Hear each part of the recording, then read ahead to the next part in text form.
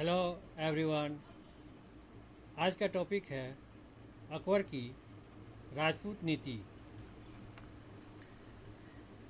राजपूत मुगल साम्राज्य के शक्तिशाली शत्रु थे, लेकिन मुगल व्यवस्था में शामिल कर लिए जाने के बाद इन्होंने एक मजबूत सहयोगी की तरह सेवा की।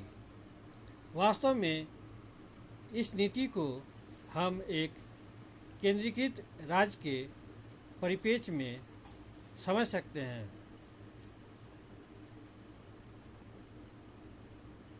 इसने एक संयुक्त शासक वर्ग के निर्माण की आवश्यकता का अनुभव कराया।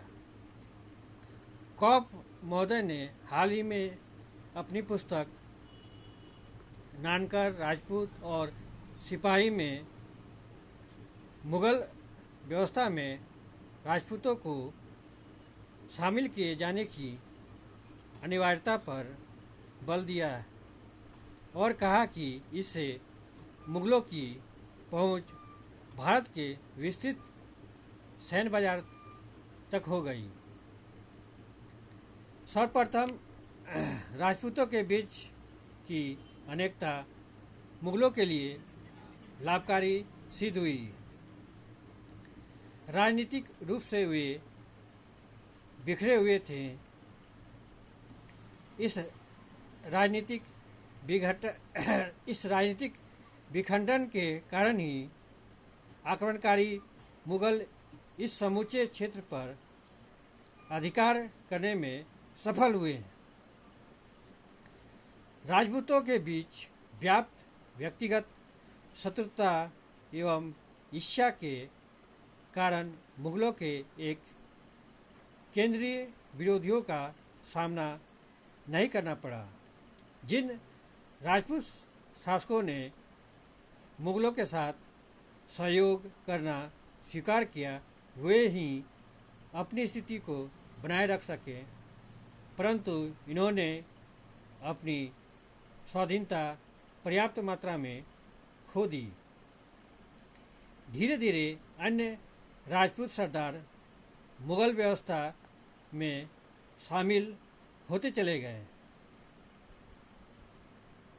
स्मिथ ने अकबर की तथाकथित राजपूत नीति के उद्देश्य के संबंध में इसे राजनीतिक स्वार्थ का परिणाम बताया है। इसके लिए इसने 1576 में मेवाड़ पर आक्रमण का उदाहरण दिया है, जो एक निर्जन क्षेत्र था। यद्यपि राजनीतिक लाभों से इनकार नहीं किया जा सकता है, परंतु यह भी सत्य था कि अकबर हिंदू प्रजा को राष्ट्र की मुख्य धारा में लाना चाहता था। इसके लिए उसने हिंदू प्रजा को मुसलमानों की बराबरी का दर्जा दिया। इसके अतिरिक्त धार्मिक सहिष्णुता, जन कल्याण अकबर की नीति निर्माण के प्रमुख प्रेरक तत्व थे। अकबर की राजपूत नीति नव साम्राज्यवाद का परिणाम थी। राजपूतों के साथ अकबर के संबंध उनके विरुद्ध अभियान तथा उन्हें मुगल संप्रभुता के अधीन लाने की इच्छा एवं राजपूतों के साथ व्यवहार में राजपूत विद्वेष को अभाव को नव साम्राज्यवाद कहा जा सकता है। इस नीति के पीछे आर्थिक लाभ की अपार संभावनाएं छिपी थी। राजवाड़ा से राजस्व की बड़ी मात्रा प्राप्त हो सकती थी। पुनः यह तांबे जैसे महत्वपूर्ण खनिज का क्षेत्र था। साथ ही राजस्थान के मित्रवत हो जाने से दिल्ली एवं आगरा जैसे शहरों को पश्चिमी बंदरगाहों से जोड़ना संभव था। गुजरात एवं दक्कन का मार्ग राजस्थान होकर ही था। इस प्रकार राजवाड़ा पर नियंत्रण के पीछे राजनीतिक, आर्थिक एवं सामरिक तीनों ही कारण थे। यहाँ हम अजमेर की भौगोलिक स्थिति एवं सामरिक भूमिका को समझ सकते हैं। अजमेर राजपूत शक्ति के केंद्र में स्थित था। अरावली के दोनों ओर के मैदानों तक पहुंचने के लिए इस पर नियंत्रण आवश्यक था। मुगलों ने साम्राज्य विस्तार के लिए इसकी महत्ता को शुरू में ही समझ लिया था। राजपूतों की सामाजिक राजनीतिक व्यवस्था की कमजोरियों से मुगलों की सफलता आसान हो गई।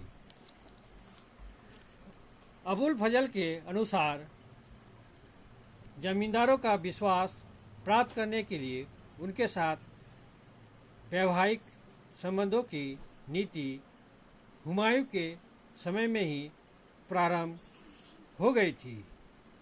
अकबर ने इसका विस्तार किया एवं इसे अस्थायी स्वरूप प्रदान किया। प्रारंभ में लड़कियों का डोला भेजा जाता था तथा विवाह के पश्चात वे अपने परिवार में दोबारा नहीं लौटती थी। अकबर ने इससे अलग नीति अपनाई।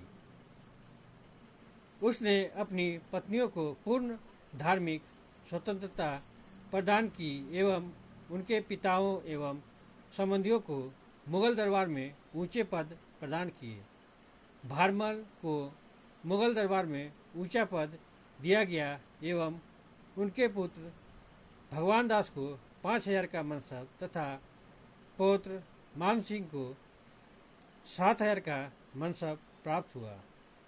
यह पदवी मान सिंह के अतिरिक्त अकबर के सौतेले भाई अजीज कुका को ही प्राप्त थी। अकबर ने वैवाहिक संबंध पर पूर्व शर्त के रूप में बल नहीं दिया। रणथंभौर के हड़ाओं के साथ अकबर के वैवाहिक संबंध नहीं थे, परंतु इन्हें अकबर का विश्वास प्राप्त था। इसी प्रकार सिरोही एवं बांसवाड़ा के राजपूतों के साथ वैवाहिक संबंध कायम नहीं किए गए, जिन्होंने बाद में समर्पण किया। उसकी राजपूत नीति व्यापक धार्मिक सहिष्णुता की नीति से जुड़ी हुई थी। 1564 में इसने जजिया को समाप्त कर दिया, जिसका प्रयोग कभी कभी उलेमाओं द्वारा गैर मुसलमानों को अपमानित करने के लिए किया जाता था। इसके पूर्व ही अकबर ने तीर्थकर एवं युद्ध बंदियों के धर्म परिवर्तन की प्रथा को समाप्त कर दिया था। लेकिन कभी कभी विजयों के लिए क्रूरता एवं धर्म का भी सहारा लिया गया।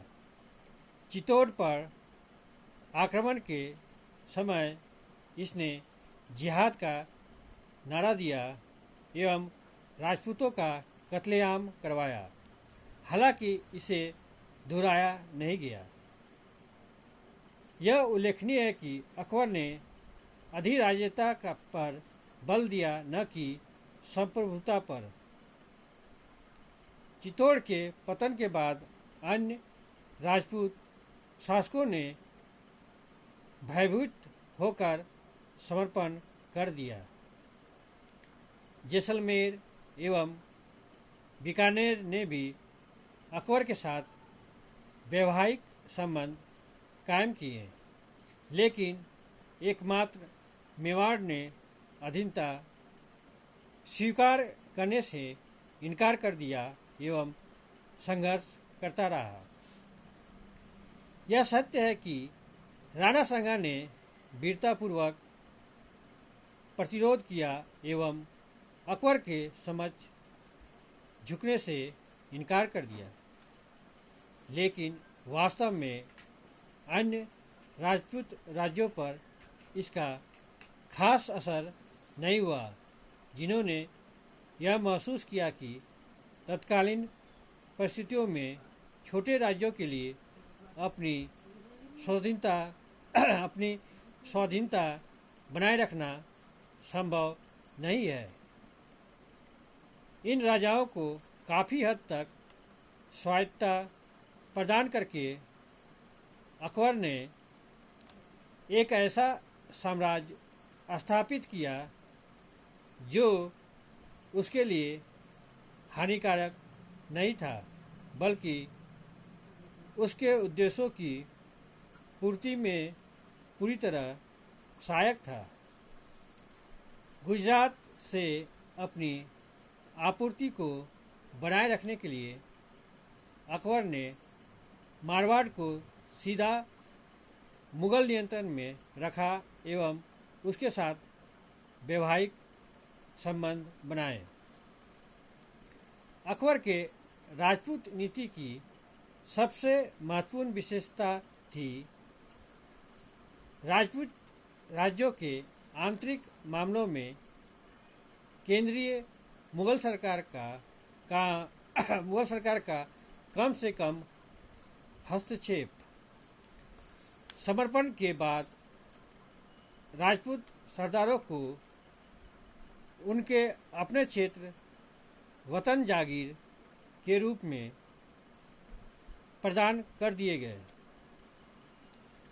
राजपूतों को अनेक प्रकार की स्वतंत्रता वतन जागीर प्रदान करने, मुस्लिम सरदारों के साथ बराबर का दर्जा देने एवं उनके साथ वैवाहिक संबंध स्थापित करने के बावजूद अकबर राजपूत शक्ति को नष्ट करने के लिए दृढ़ प्रतिज्ञ था।